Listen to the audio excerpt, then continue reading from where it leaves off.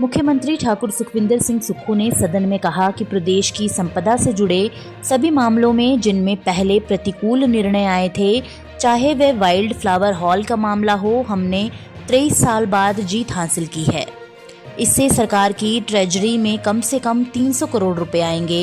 ये प्रदेश के इतिहास में पहली बार हुआ है कि प्रदेश हित में देश के नामी वकीलों को खड़ा किया गया।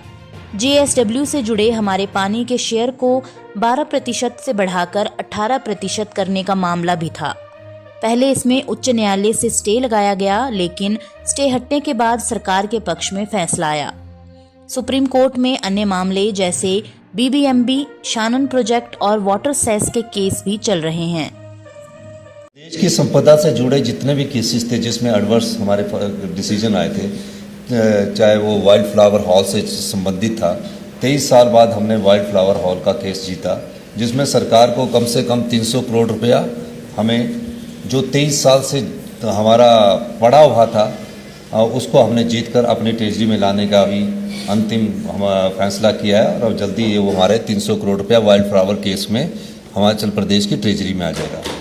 दूसरा, माननीय अध्यक्ष महोदय, इसमें वरिष्ठ अधिवक्ता कपिल सिब्बल जी, P चिदम्बरम जी, मनु सिंघवी जी और रुस्तोगी जी, ये 4 बड़े वरिष्ठ नेता, इनको हमने अपील किया अधिवक्ता, ताकि जहां स्टेट का इंटरेस्ट है वहां इंडिया के नामी वकील खड़े किए जाए। पहली बार इतिहास में ऐसा हुआ कि नामी वकीलों को खड़ा किया गया।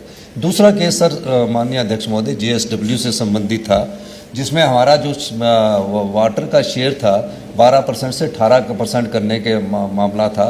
उसमें भी हाई कोर्ट ने हमारा स्टे किया हुआ था और हाई कोर्ट के स्टे के बाद उसमें फैसला आया हमारे फेवर में, जिसमें हमने यही वरिष्ठ वकील जो भी इस लाइन से संबंधित थे और जिनको भी इसमें कोई पार्टी नहीं देखेगी, रुस्तोगी जी तो वैसे भी बीजेपी के सॉलिसिटर जनरल है, हमने उनको भी खड़ा किया ताकि हमारा स्टेट का इंटरेस्ट पहले रहे, प्रदेश की संपदा को बचाया जा सके, और जिसके कारण हमें हर साल 150 से 200 करोड़ रुपए का फायदा JSW के कारण होगा। ये 2 केसेज है। तीसरे और जो केसेज चल रहे हैं जो सुप्रीम कोर्ट में चल रहे हैं, जिसमें एडवर्स माननीय वरिष्ठ निदेशक विपिन परमार जी ने पूछा, जो ध्यान में है, उसमें BBMB का केस चल रहा है, शानन प्रोजेक्ट के केस चल रहे हैं, वाटर सेस के केस चल रहे हैं। जो भी प्रदेश की संपदा से जुड़े हुए केसेज है वो चल रहे हैं। बाकी जो केसेज है जो एम्प्लॉय से रिलेटेड है, वो धीरे धीरे जिन केसेज में सरकार को जरूरत होती है उसको हम सुप्रीम कोर्ट ले जाते हैं, वरना हम हाई कोर्ट के ज़्यादा फैसलों को मेरिट के आधार पर